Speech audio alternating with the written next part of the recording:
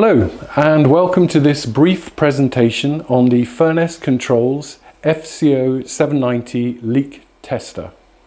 This is connected to a sequence box which has 8 channels. The 8 channels are divided into 2 stations, left and right. So I'm testing 4 on the left and 4 on the right. When I press start, you can see that channel A is active. It's filling to the test pressure and it's stabilizing now, but all 4 are being filled to the test pressure, and when they are full, effectively they are stabilizing, which means the second, third and fourth test will go quickly, far more quickly than testing them individually.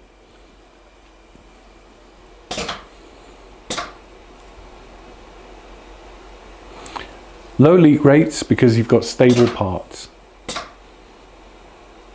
And the final test, 4 passes, and now what I can do is I can activate the right hand station.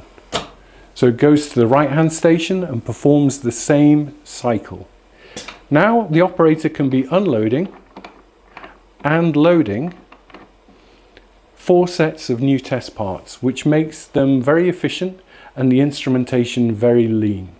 Again, the first test is taking the longest amount of time, but then it will cycle through very quickly. The 4th station has a teed piece into the FCO220. This has a leak of 3.9 cc's per minute, and you will see on the final test 3.9 cc's pretty much and a fail. Okay, now I can reset the instrument. Thank you very much for your time.